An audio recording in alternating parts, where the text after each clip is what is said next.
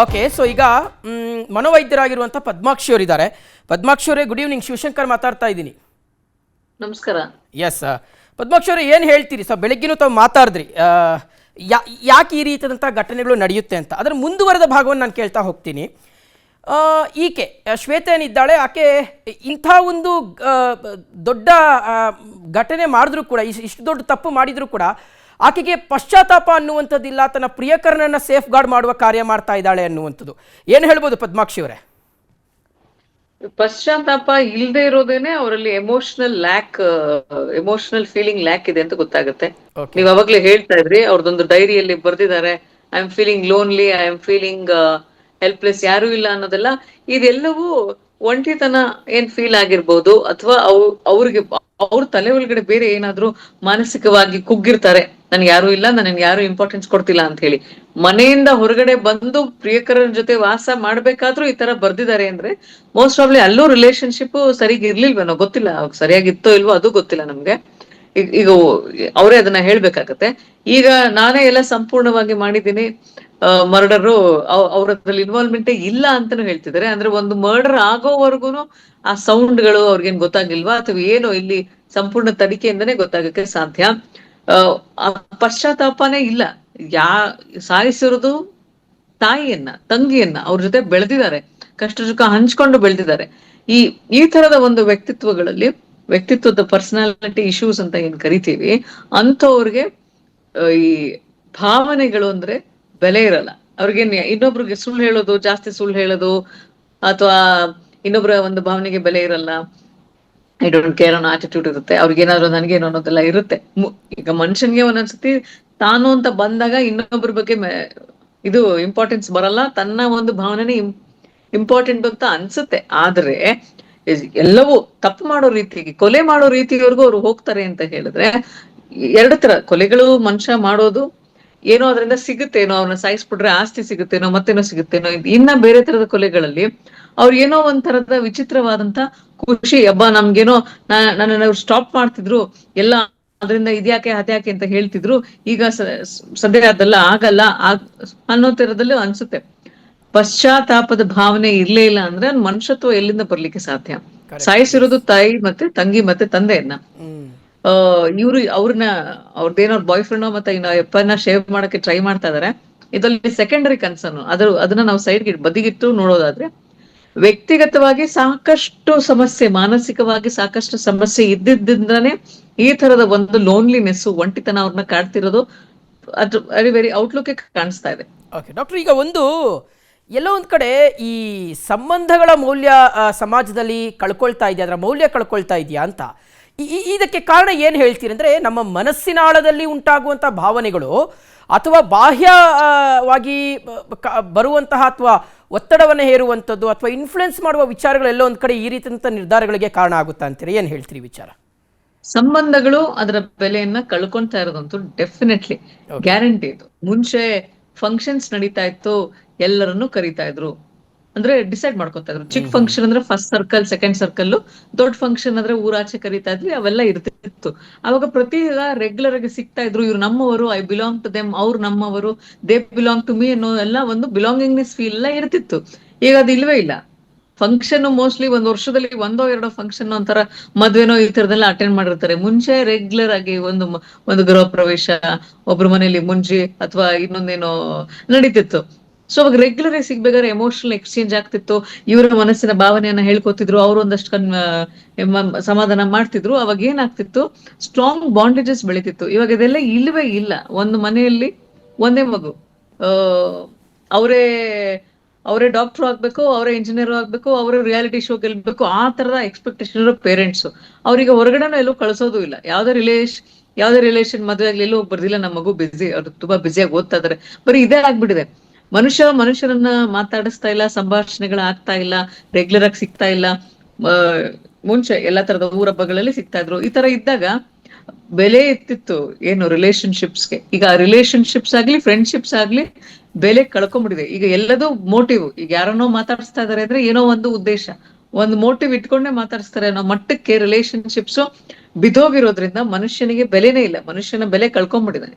ಈಗ ಆಕ್ಚುಲಿ ನೋಡ್ಬೇಕು ಅಂದ್ರೆ ಒಂದು ಕಿಡ್ನಿ ಪ್ರಾಬ್ಲಮ್ ಇರೋನ್ಗೆ ಗೊತ್ತು ಒಂದು ಆರ್ಗನ್ ಬೆಲೆ.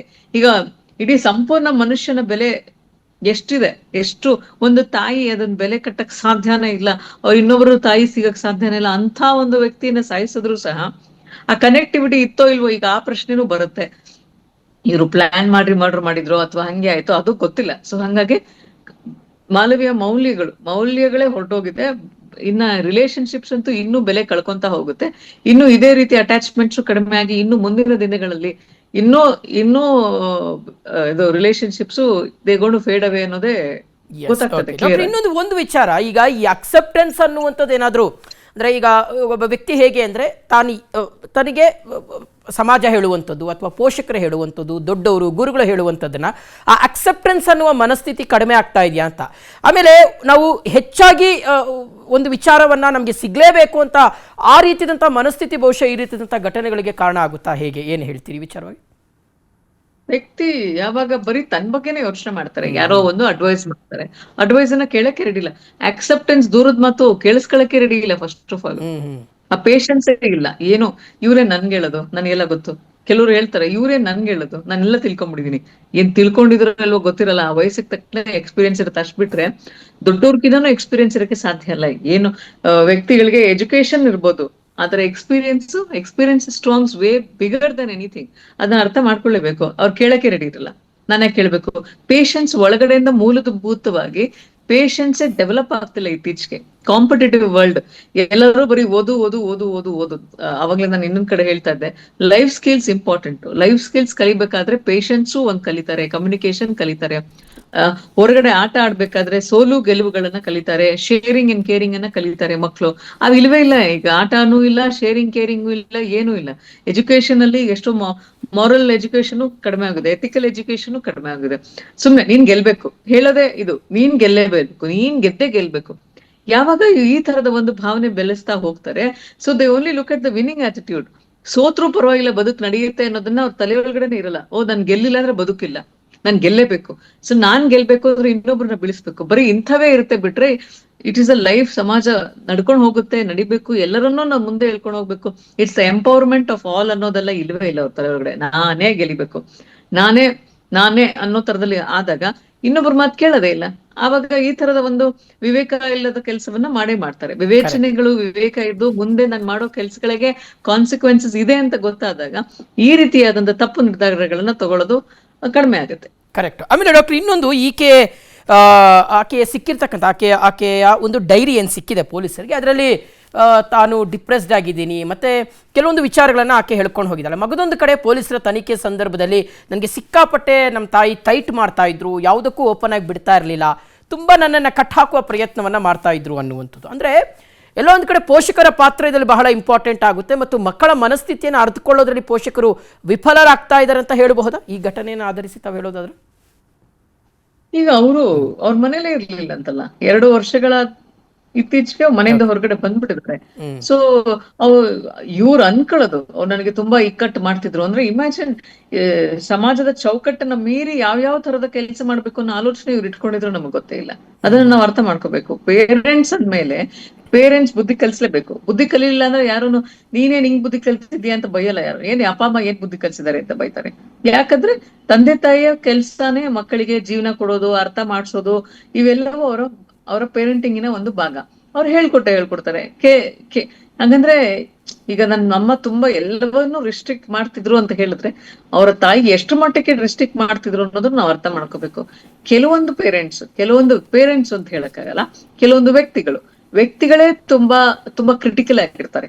ಅವ್ರೆಲ್ಲವನ್ನು ಅನುಮಾನವಾಗಿ ನೋಡೋದು, ಯಾವ್ದನ್ನು ಸಮಾಧಾನವಾಗಿ ನೋಡಲ್ಲ, ಎಲ್ಲವೂ ಸರಿಗಿಲ್ಲ ಅನ್ನೋ ತರದಲ್ಲಿ ನೋಡುವಂತ ಕೆಲವೊಂದು ಪೇರೆಂಟ್ಸ್ಗಳು ಈ ರೀತಿ ಟಾಕ್ಸಿಕ್ ಆಗಿ ಇರುವಂತ ಸಾಧ್ಯತೆ ಇರುತ್ತೆ. ಆದ್ರೆ ಅವ್ರು ನಿಜವಾಗ್ಲೂ ಆತರ ಇದಾರಲ್ಲ ನಮಗ್ ಗೊತ್ತಿಲ್ಲ. ಬಟ್ ಪೇರೆಂಟ್ಸ್ ಅಂದ್ಮೇಲೆ ಸ್ವಲ್ಪ ಡಿಸಿಪ್ಲಿನ್ ಕಲಿಸ್ಲೇಬೇಕಾಗತ್ತೆ, ಸ್ವಲ್ಪ ಬದುಕನ್ನ ಕಲಿಸ್ಲೇಬೇಕಾಗತ್ತೆ, ಜೀವನಕ್ಕೆ ಬುದ್ಧಿಯನ್ನ ಹೇಳ್ಕೊಡ್ತಾರೆ.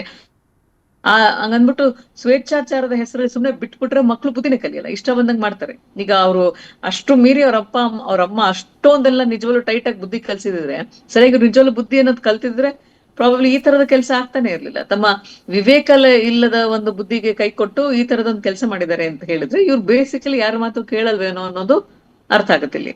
Correct doctor. Thank you. ಇಷ್ಟೊತ್ತು PNS ವಿಸ್ತಾರ ನ್ಯೂಸ್ ಜೊತೆಗೆ ಮಾತನಾಡಿದ್ದಕ್ಕೆ, ತಮ್ಮ ಅಭಿಪ್ರಾಯವನ್ನು ಹಂಚ್ಕೊಂಡಿದ್ದಕ್ಕೆ.